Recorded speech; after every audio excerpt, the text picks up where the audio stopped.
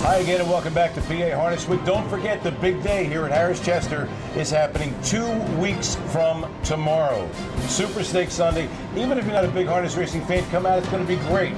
Glee superstar Jonathan Groff will be on campus. He'll be singing, signing autographs. You can pinch his little cheeks if you think he's cute. It's all good, okay? Happens on Sunday, August 21st here at Harris Chester.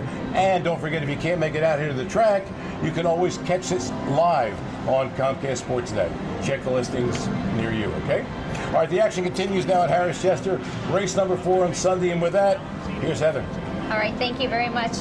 Very nice group of pacers here. The first is $25,000. Number 2, Valentino, is the 2 to 5 favorite. The 3, Ideal Danny, taking a step down in class in here. And then number 7, Handsome Prince, trained by the country's leading conditioner, Gronberg. Valentino leads Handsome Prince by a length and a half. Ideal Danny has driven up to be a joint third with Dirty Devil. They're 3 off the lead. Emerald Express is pinned down from midfield by the second over Orr. Albert Chief completes the main body of the field, 7 lengths off leader Valentino, who now gets some separation from Handsome Prince. 3/4 in, 122 and 2, and coming to head stretch, Jim Pantoliano kicks on the afterburners. Valentino's 3 clear. Handsome Prince holds down second. Dirty Devil had room to move to the outside. Dirty Devil staying on for third, but he's 5 lengths behind Valentino. Valentino wins with driver Jim Pantoliano in the bike, 115-2, and the pacer does it with authority by 3 lengths. This horse is trained by Nick Surick, who has already in his early 20s established himself with this incredible stable. He's got horses like School Kids, Vertical Horizon, Omen Hanover, What's New Pussycat. I mean, these are top horses. And Sharla McBride has a story about this superstar. Nick Surick is living proof that hard work and determination can make your dreams come true. 5 years ago, Nick didn't exist in the world of harness racing, but a detour after school one day changed his life forever. I lived actually a couple miles from Freehold, and after school I used to get on my bike and ride over to Freehold and just be a spectator, and that's how I got into the business. I met a couple people at the track that had horses, and I started helping them out, and then I ended up getting my own barn.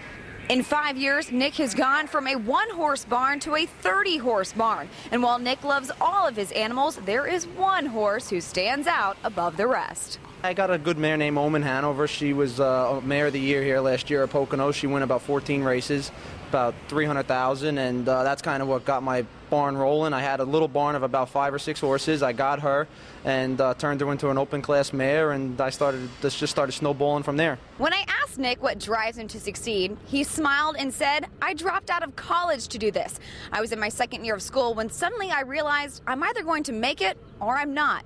And thank God I have." I went up from a 1-horse barn to a 30-horse barn. I've got probably one of the biggest barns on the East Coast, and got some pretty powerful horses behind me. Every time you go on the track, you don't know what's going to happen. You don't know what to expect. It's a different adventure every day you go to work. It's something new every day you wake up. What are your goals for the upcoming future? This year my goals were to make $1 million in purses and have 100 wins, and I'm pretty close. It's halfway through the year. I got 800,000, and I've got about 58 wins, so I'm probably pretty close to my goal, and hopefully I can win a major stake race this year. For PA Harness Week, I'm Sharla McBride. Thank you, Sharla, and Nick Bobic, Banana Fana Fofic, Fee Fi Momic, Nick. Remember the name game? Whoa, I dated myself. Okay, Mohegan Sun of Pocono Downs, Saturday's 10th was their feature. It was a condition base for winners over $25,000 in their lifetime. Number 7, Velos with Joe Pavia Jr. was the 7 to 5 chalk. Number 2, Vertical Hanover was 3 to 1 with Mike Simons.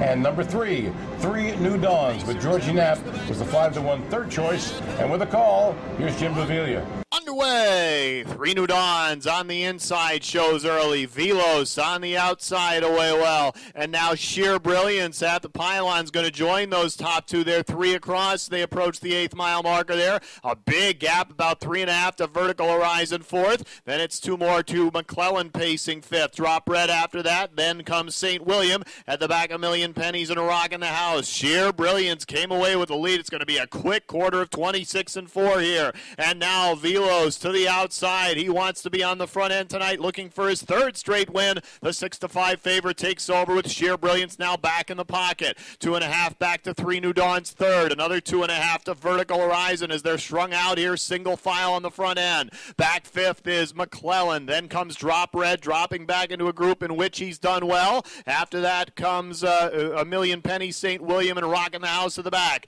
Half mile 55 even, 28-1 second panel. Solid fractions for these, but not overly taxing. Velos has the lead by about a length. Sheer Brilliance right there in the pocket. And now here comes George Napolitano with 3 New Dawns. First over, charging at the leader. Vertical Horizon trying to catch that cover. Meanwhile, St. William getting a nice trip sliding up the inside. Same thing there for A Million Pennies. Third over, seventh Mcclelland. Velos still on top at 3/4, 122-4. That third panel quickened to 27-4. And now 3 New Dawns on even terms here with Velos. Vertical Horizon in a great spot out 3 wide. McClelland coming up. Sheer Brilliance looking for room. At the top of the stretch, a land rush here. 3 New Dawns, slight lead. Velos still there. Down at the inside trying to come through is Sheer Brilliance from way outside. McClelland is flying. McClelland! Number 4, McClelland, a 9-1 shot with Andrew McCarthy and Vertical Horizon both came flying late, with McClelland getting there first in 1:15.4. Velos, who cut the mile, had to settle for third. Don't dare go anywhere. Why? Because when we come back, our handicapper, our crack handicapper, Susan, will be here. We'll also have more action from Harris Chester, and Be Still Our Collective Hearts. We will see the Hambo Limbs, all coming up here on PA Harness Week. Don't go away. Hi there, welcome back to PA Harness Week with Steve and Heather. And speaking of Heather, she has a race for you. Which one? A race here at Harris Chester. It was a biggie. It was race 9 on Sunday. Take it away, darling. Thank you. Winners over Pacers here first, 36,500. Number 5, Dial or No Dial, drops back down in class, and this is where he had his most recent win, and he's the favorite. The 1, Western Shore, he's second choice in here, and this horse absolutely loves the tote board. And then there's number 6, New Release. There is something to be said about a horse who has 13 wins out of 19 starts.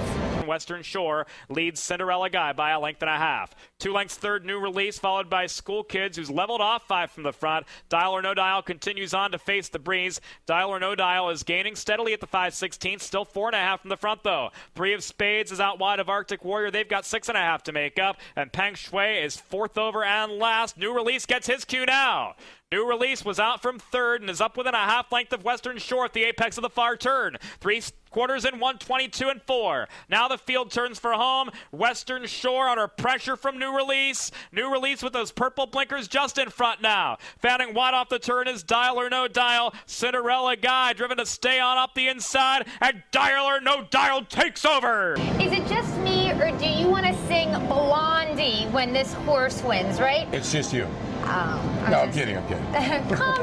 Call me. Okay, so Dial or No Dial wins. I gotta admit, this horse never gets a busy signal in my book. I absolutely love him. He wins this time out 1:15.2 with David Miller. Now, he's certainly no stranger to like a really quick last quarter, but this time he does it in 27 flat, sprinting home. New Release was second. Cinderella Guy picked up third. Okay, so how did the horse do who loves the tote board, Western Shore? He was not on speaking terms with the tote board on this particular day. Well, let's go to our crack handicapper, Susan, and find out what picks she made this week to hopefully fatten your bankroll.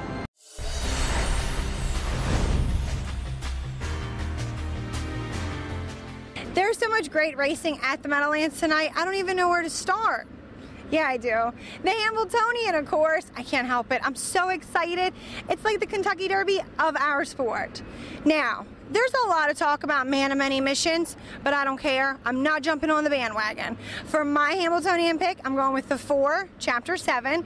He was second in his elimination, finished strong for trainer Linda Toscano. I like him over the 1, Broadbond. We're going to see Broadbond a little later in the show, but he's been racing so super, I think he's definitely a factor for this race. That's why I'm going $20 exacta box, 4-1.